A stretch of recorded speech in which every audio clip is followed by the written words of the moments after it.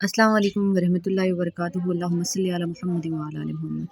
अच्छा जी, ये ऊपर देखें कि ये डेट कट मैंने लगाया हुआ है और इसमें हम अपना फ़र्स्ट स्ट्रोक डन करेंगे और फर्स्ट स्ट्रोक के बाद जो हमारा सेकंड स्ट्रोक होगा उसके आप अंदर देखेंगे कि मैं आधा कलम अंदर रखते हुए और आधा कलम बाहर रखते हुए उसको थोड़ा-सा ऊपर की तरफ लेके जाऊँगी। ये देखें, ये मैंने एंड पे लाकर यहाँ लाकर ख़त्म कर दिया, ठीक है।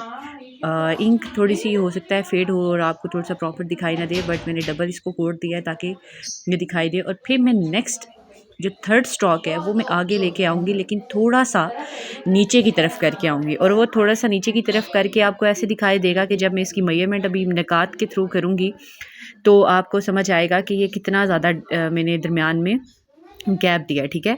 तो ये तीसरा स्ट्रोक इसका बनेगा जो हम नीचे की तरफ लाएंगे, ठीक है।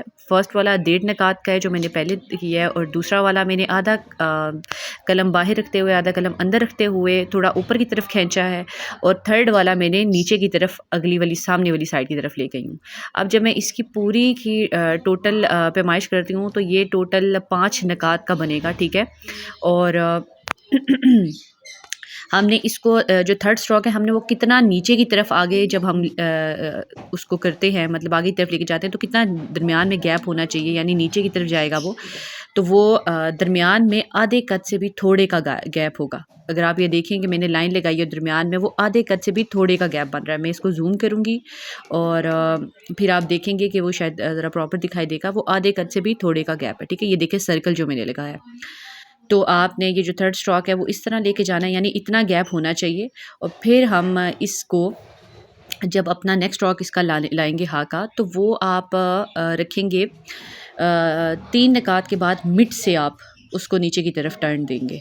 जैसे कि अभी मैं इसका नेक्स्ट स्ट्रोक ड्रॉ करूँगी, तो 3 निकात जो मैंने ऊपर, मतलब 5 निकात मैंने लगाए हुए हैं इसकी पूरी हा की जो ऊपर वाली जगह है, उसमें 3 निकात के बाद हम नीचे की तरफ लाएंगे अपने हा को।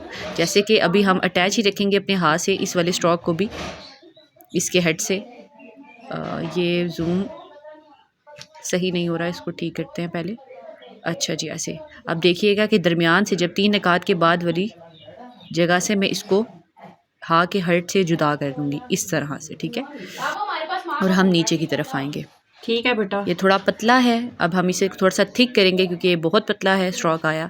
अब इसको हम थिक करेंगे। थोड़ी सी मैंने इंक लगाई है इसके ऊपर, लेकिन इंक की आपने क्वांटिटी बड़े ध्यान से रखनी है कि क्योंकि पतले जो स्ट्रोक होते हैं यानी बहुत थिन वाले, वो थिक नहीं होने चाहिए। अब जैसे कि मैं यहाँ आई हूँ और मैंने बिल्कुल थिन सा लगाया स्ट्रोक, ये जो मिड में आ गया है हा के, तो वो थिक नहीं होना चाहिए क्योंकि वो हा की ब्यूटी है, ठीक है। वहाँ से अगर ये बहुत ज़्यादा थिक हो गया तो फिर वो हा की जो अपनी ब्यूटी है वो ख़त्म हो जाएगी।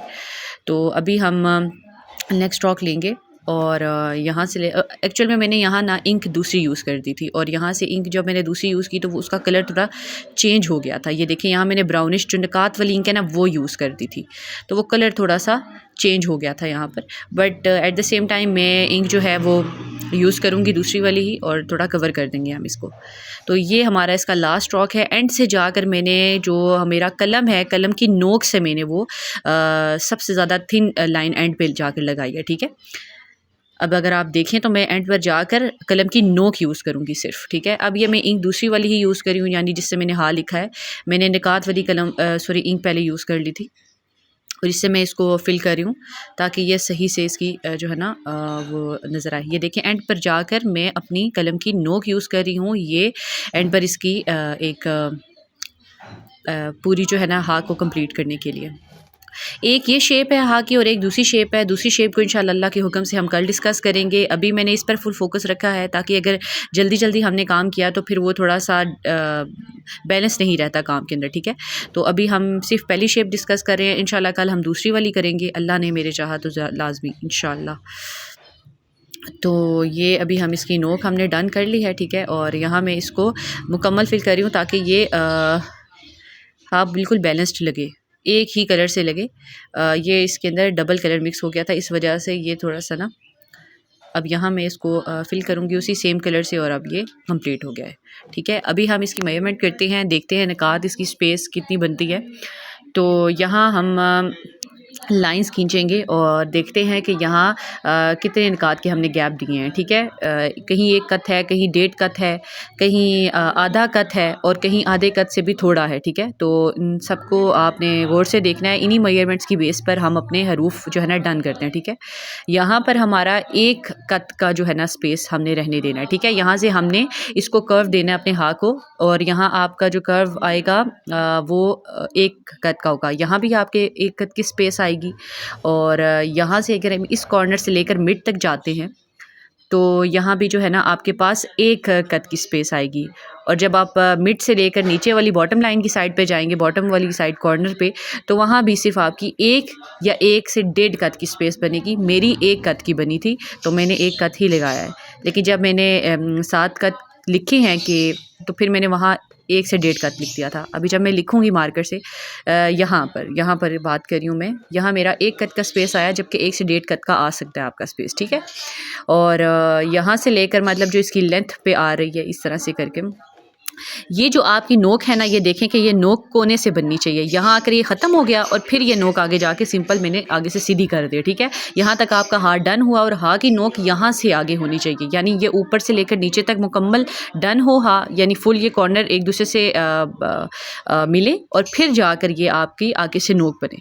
और ये नोक तकरीबन आपकी 1.5 कत की होगी। ठीक है, यहाँ ये सेम कलर की ये हुए हुए हैं का डन तो दिखाई नहीं दे रहा, लेकिन ये आपकी जो नोक है वो 1.5 कत की होनी चाहिए। अब मैं यहाँ लिख रही हूँ साथ ताकि आपको इजीली समझ आ जाए।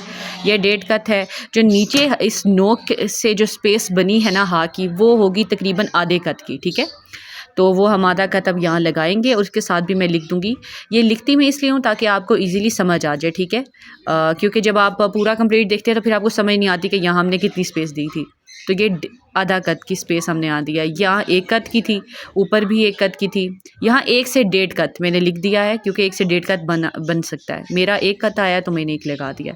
यहाँ 1 कत की स्पेस आएगी और यहाँ भी 1 कत की आएगी, इसीलिए मैंने साथ लिख रही हूँ ताकि आप लोगों को इजीली समझ आ जाए। ठीक है, और यहाँ ऊपर ये होल जो इसका हेड है ना इसका, वो 5 कत में आएगा। ठीक है, और ये ऊपर जो इसका फर्स्ट स्ट्रोक था वो हमने 1.5 कत का दिया था, वो भी मैंने साथ लिख दिया है। ठीक है, तो ये आपका होल हाँ है। और अभी से आप प्रैक्टिस करें और कहीं भी कोई मसला आता है इसको बनाने में करने में तो मुझे बता सकते हैं आप लोग। ठीक है, इंशाल्लाह अल्लाह के हुक्म से इसकी जो नेक्स्ट शेप है वो हम इंशाल्लाह कल के लेक्चर में डन करेंगे। अल्लाह हाफिज़।